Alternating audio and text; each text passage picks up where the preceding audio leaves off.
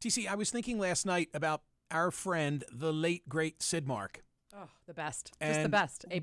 The final night that he and I did an event together was at one of his anniversary broadcasts. Where was it? The Parks Casino. Wow. This was a night where we were together on stage. Tommy Dreesen was there. Special. The comedian who opened for Sinatra for 15 years, and we were all paying homage to Sid. I want to say that was the 63rd anniversary. I might be off by a year or two, which is just astounding. But the point is, that was in the Excite Center. So I know what it feels like to be on that stage and looking out into this massive ballroom/arena. Same place where Dana Carvey will be on October 1st. Same place where Dimitri Martin will be on September 23rd. Same place where you can see Australian Pink Floyd on September 24. Blues Traveler on September 30. Jay Leno. Wow. On October 14. The stage where Sid Mark appeared. The only casino and sportsbook that I recommend is Parks. Concerts, dining, action, excitement. They've got it all. Visit parkscasino.com for all the details. Got to be 21 or older. Gambling problem, call 1-800-GAMBLER. Time now for the headlines from Smerconish.com, the newsletter. I hope you're subscribing to the newsletter. So much effort goes into it, and it's such a worthy product. Poll questions each and every day. Yesterday, 10,669 votes cast. Are the midterm polls, like those of 2016 and 2020, again overstating Democratic support? Why was I asking that? Yesterday, I was inspired by a Nate Cohn analysis in the New York Times where he looked at the numbers from 2016, where they underestimated Republican turnout the year Donald Trump was elected president, and again in 2020, where the numbers made the same mistakes, and he sees trends that suggest that maybe the same thing is happening now with regard to Senate races. So I laid out his analysis as best I could yesterday, and then I asked people for their input, not only voting on the poll question, but also telephone calls. We had a great conversation as to what might explain the sort of deficiency on the part of pollsters. Many of you think conspiracy, like they're trying to depress the Republican turnout. Hey, I'm not going to go out and vote because the election's already over. Anyway, be that as it may, are the midterm polls off again in terms of overstating Democratic support? 58.64% said yes. And of course, when you think about the Senate races in particular, last night was an election yesterday, but last night result in New Hampshire at issue here, at stake here, who's going to face Democratic incumbent Maggie Hassan. Remember, because we talked about this, there's the more mainstream Republican, the president of the state Senate. His name is Chuck Morse. And then the retired Army General, Donald Bolduc, who's the more MAGA of the two. And this was another one of those instances where Democrats sought to influence the outcome. They'd rather have the MAGA guy. They think that Hassan could beat Bolduc more easily than she could beat Morse, and maybe that provided the margin because although very, as I speak, a squeaker, too close to call, yada, yada, yada. But based on Morse last night and the statement that he released, it seems like Bolduc, the more MAGA candidate, won that race. Yeah, Morse tweeted at 2:20 a.m. or something like that. It seemed like a concession, but we'll see. This is all sort of semi-developing. So primary season is now over, and there have been a number of instances, and we'll wait and see. Did they play with fire and get burned, or was it brilliant? I mean, I can see how the Wednesday after, the morning after the November election, people will say, look at that, Maggie Hassan was reelected. What genius it was. We won't know. Josh Shapiro was elected governor. It was genius for him to elevate Mastriano. I just think in this day and age, you just can't. You can't tell. You never know. Today's poll question, which is more politically potent in the midterms, persistent inflation or abortion rights? Mark Halpern's Wide World of News. It's funny. I had not read the Wide World of News before determining what would be today's poll question, but we approach it from different angles, but we come down to the exact same issue. You suggested that poll question to the polling department last night. I did. For the record, I did. Right. Yeah. I mean, yesterday, the polling department can produce files. Yesterday was a really interesting day. I would argue bad day for the country, good day if you want to be cynical, good day politically for Republicans up until Lindsey Graham. Here's what happened yesterday. Inflation numbers came out that caught economists and certainly the White House by surprise. Prices rose 8.3% from a year earlier. A fresh consumer price index report released on Tuesday showed, while slightly better than July's 8.5%, the rate was not as much of a moderation as economists had expected, as rent costs, restaurant meals, medical care all became more expensive. And as a result, the market tanked. Stocks plummeted on Tuesday, the S&P 500 falling 4.3%, its biggest drop since the depths of the pandemic in 2020. Worst day in the markets in 2 years. Okay? So I don't think Republicans hope for economic collapse, but politically speaking, James Carville, 1992, it's the economy, stupid. It was seemingly a bad day for the D's and an embarrassing day because it came on the very day that the president was having a ceremony on the South Lawn of the White House touting the passage of the Inflation Reduction Act, I guess it's called. Frankly, has more to do with climate. To me, it seems that it does inflation. They rolled out James Taylor to sing really did. Fire and Ice. Yeah, they did. And as they're there celebrating inflation reduction, instead the numbers show inflation is raging. The optics were just not right yesterday. They just not. Well, and there it would have ended. Except Lindsey Graham decides he has the solution to the Republican problems relative to abortion, which in Kansas was outcome determinative, meaning in that referendum, and then in New York's 19th. We had a pollster here just last week, Democratic pollster of 3 decades. Tom Bonnier, yep. Who said, hey, I've been looking for 27 years at the tea leaves of the data. I've never seen an issue like this. So what did Lindsey Graham, what was he thinking? What does he do? What does his own party think?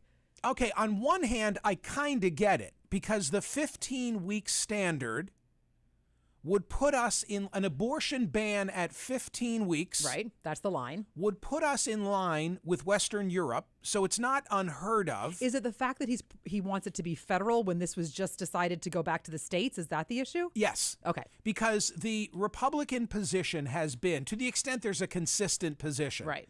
And we can argue as to whether there is one, but the Republican position has been one of, hey, overturning of Roe versus Wade, not so bad, because all it does is allow the states to decide.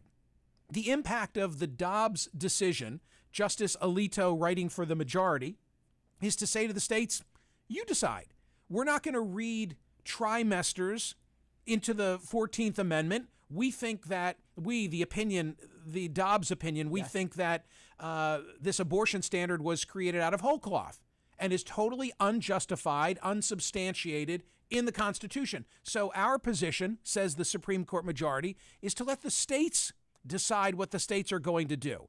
And so that has been the Republican posture so far, if there's been anything consistent. States, you all decide.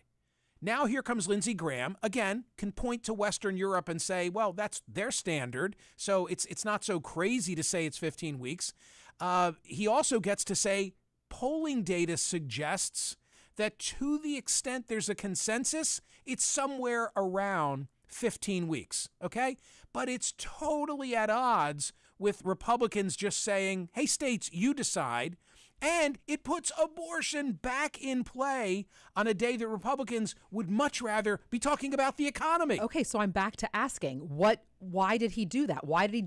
Obviously it wasn't in concert with his party because it put them in a terribly awkward position. So I think he was going rogue. I don't think this was in consultation with Mitch McConnell. I don't think that he talked to Rick Scott about this, who's running, the Senate campaign for the Republicans. I think this was just Lindsey Graham being Lindsey Graham. Wow. Can I tell you what the practical impact of this would be? Please. With the benefit of a chart from the New York Times, how a proposed 15-week abortion ban compares with state laws. And by the way, certain of the states that I'll reference are asterisked because their laws have not yet gone into effect, but they're headed in that direction. So there are states with full abortion bans. Alabama, Arkansas, Idaho, Indiana, Kentucky, Louisiana, Mississippi, Missouri, Oklahoma, South Dakota, Tennessee, Texas, and Wisconsin. Total abortion bans. Then you get to states with a 6-week ban, Georgia and Ohio. By the way, 6 weeks is about the time when you get a positive pregnancy test. Oh yeah, that's you got to sort of keep in mind not only the state guideline, but also what's going on with regard to the pregnancy. 6 weeks isn't an effective ban on abortion. So, okay, you have first trimester testing, chorionic villus sampling at about 11 weeks, and first trimester screening that can detect some potential abnormalities at about 12 or 13 weeks. Then you get 15-week bans in Arizona and Florida. That's where Lindsey is.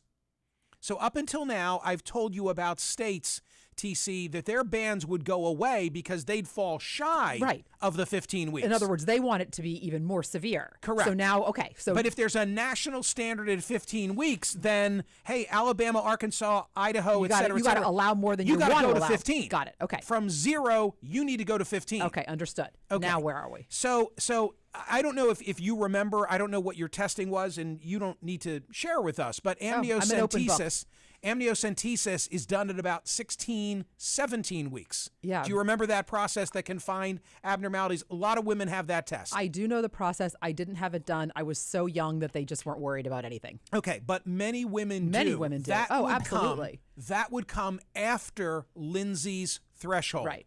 Okay, a high-resolution ultrasound that can detect some abnormalities comes at about 20 weeks. Right. Again, you'd be locked in by then. I was about to say. You're locked in. Maybe you have the test so you can prepare yourself for treatment of the baby, whatever the issues are going to be, but you could not abort the pregnancy. A great point. I mean, not everybody who has amnio or has the high-resolution ultrasound is looking to abort if there's a problem. Absolutely not. No, it's preparation. A good point. And viability, again, is at about 24. So if you're keeping track at home. Actually, that's another good line. That's another good line in your, now we're 24. Okay, well, before you get in between 15 and 24, you have Utah at 18 weeks. This is fascinating. Again, Utah, you'd have to move to 15. 22 weeks, North Carolina, your home state, 20 weeks. Okay. 22 weeks, Iowa, Kansas, Nebraska, North Dakota, South Carolina, West Virginia. You've all got to move from 22 to 15. States that prohibit abortion after, 24 weeks, Massachusetts, Nevada, New Hampshire, Pennsylvania, 24 weeks. States that prohibit abortion after viability, California, Connecticut, Delaware, Hawaii, Illinois, Maine, Maryland, Michigan, Minnesota, Montana, New York, Rhode Island, Virginia, Washington, Wyoming. You've all got to move now to the 15-week mark. And states with no limits on abortion, Alaska, Colorado, D.C., New Jersey, New Mexico, Oregon, and Vermont similarly have to move to the 15-week mark. Would have to. Would have to. Yeah, right. I mean, I don't think it happens, but... Yeah, what happens now? So now it's... Today, politically, is a day Republicans wish they were talking only about, Bidenomics. And instead... And how embarrassing it was that they rolled out James Taylor on the South Lawn to talk about reducing inflation, and yet inflation spiked, and consequently the market tanked. And instead, it's a day we're also talking about Lindsey Graham, and I'm therefore asking, which is more potent politically in the midterms, persistent inflation or reproductive rights? It's a great poll question. It's a great poll question. Was Ken Starr my guest for one of his books on this program? I know he was my guest on CNN. He was your guest on CNN a couple times. I have a couple links from CNN. I have not found in the archives yet a Ken Starr interview on a book. But I believe he was someone that you would have had on. So it doesn't make any sense to me. We're going to have to ask Blake, because I'm pretty convinced that he wrote several books and I interviewed him for them. So I searched Blake's files. It's not there. So I will ask her if there's something I'm not doing. Sure. Put in Starr with one R. I did both. Because in the search, if you put in Starr with one, you'll encompass Starr with two R's. I want to put it in quotes to make sure that it doesn't get all the other Kens. Well, you know better than I. I did both. Don't worry. I of course did both. 76. Way too young. And it 76. said complications from surgery. I don't like that. I don't know what that means. When he was 37, he became the youngest person ever to serve on the U.S. Court of Appeals for the District of Columbia Circuit, where Chief Justice John Roberts and Justices Ruth Bader Ginsburg, Clarence Thomas, and Antonin Scalia all served. By the way, I'm finishing TC Nina Totenberg's book. Oh, good. She from NPR, having written this memoir / book about friendship, based on her friendship with RBG. The book is really great. I'm so enjoying it. She's going to be on CNN with me Saturday. Oh, good. But, that'll be the 5-minute version. We'll do the long version here. And then I'll do the long version here. If she writes as well as she speaks, it's always this sort of balance. Like some people write well and they don't speak well. Some people speak well and they don't write well. If you're telling me it's both, we're in for a treat. Your very brief Fetterman Oz update. Please. From watching television here in southeastern Pennsylvania that Fetterman makes a big deal over Oz having 8 or 9 different houses, a couple of them being out of country. Sure. So now a so-called watchdog group is filing a complaint in the Senate Ethics Committee and saying that in the most recent filing that Fetterman made, you have to make filings as a candidate as to your net worth and your holdings and so forth. Sure. He didn't reveal that he owns a number of properties in Braddock, Pennsylvania, his hometown that he often touts, that he didn't disclose. They are lots. Right. Many of the properties appear to be empty lots worth between 10 and 20,000. Well, he owns them nonetheless. They surround his house. His response is to say they're not part of his property? Right. Separate. They're separately titled lots that he owns and didn't disclose. Ooh, is it clear cut that Spirit of the law versus letter of the law is what I would say on that one. Listen to you. Right? Come on. I'm sorry, that's my backyard. Would you like to come over? Yeah, I have a little green over here. Can you get fired for smoking weed in New Jersey? No, weed it's legal. Well, yeah, but your employer can still set a standard for your ability to carry out your job when you're... Oh, of course. You can't drink on the job. Though weed is legal in New Jersey, companies can still fire their employees for being impaired on the clock. Earlier this month, the State Cannabis Regulatory Commission released guidelines to help businesses deal with employees suspected of impairment. Companies are allowed to screen employees for weed. They aren't allowed to fire people just because they fail a simple drug test. Interesting. The commission said employers also have to provide substantiated evidence of possible impairment by completing a reasonable suspicion observation report. I mean, part of the problem is that it stays in your system. Yeah, it stays in your system. How long? Longer than you think. So you could smoke weed last night and be 100% on the job today, but it's still going to show up in your system. That's really. I mean, that's one of the issues. William and Harry are going to walk behind the Queen's coffin to Westminster Hall. Phenomenal. I know we continue to watch, although I see the cable outlets have drifted off in their coverage. That's a big mistake. I guess to come back for next Monday. I mean, Monday will be huge. Monday is going to be amazing. I don't think I'm going to have to deal much with it on Saturday. I think you should do something about it. Yeah, don't I think we'll dip in and show whatever's the people going are paying on their in respects. state or whatever. Yeah. Finally, this is all, of course, at Smerconish.com. Giselle has spoken. Love her. You saw that photograph? I saw the photograph. We linked to Elle at Smerconish.com today. I was impressed. I was very interested in that. Interestingly, the interview, as I know, I'm sure you've read, was conducted before the 11-day break from training camp. So it's interesting that the things that she said about, he needs to find his joy, but I really would like him to be around more, was before he left training camp. So who knows what was going on. But Obviously, I just think, I look at her and I think, oh my Lord, she is just so stunning. Obviously, I have my concerns. This is a very violent sport. I have my children, and I would like him to be more present. Right. I've definitely had those conversations with him over and over. Isn't it so funny? Families are all complicated. Like, they're just complicated. Yeah, families are complicated, but the issues seem to be the same. No matter if you're Giselle and Tom Brady, the same issues seem to bedevil all of us. Even the perfect ones. Ladies and gentlemen, go vote at Smerconish.com. Which is more politically potent in the midterms, persistent inflation or abortion rights? Thank you for listening. Thank you for watching. Go vote at Smerconish.com.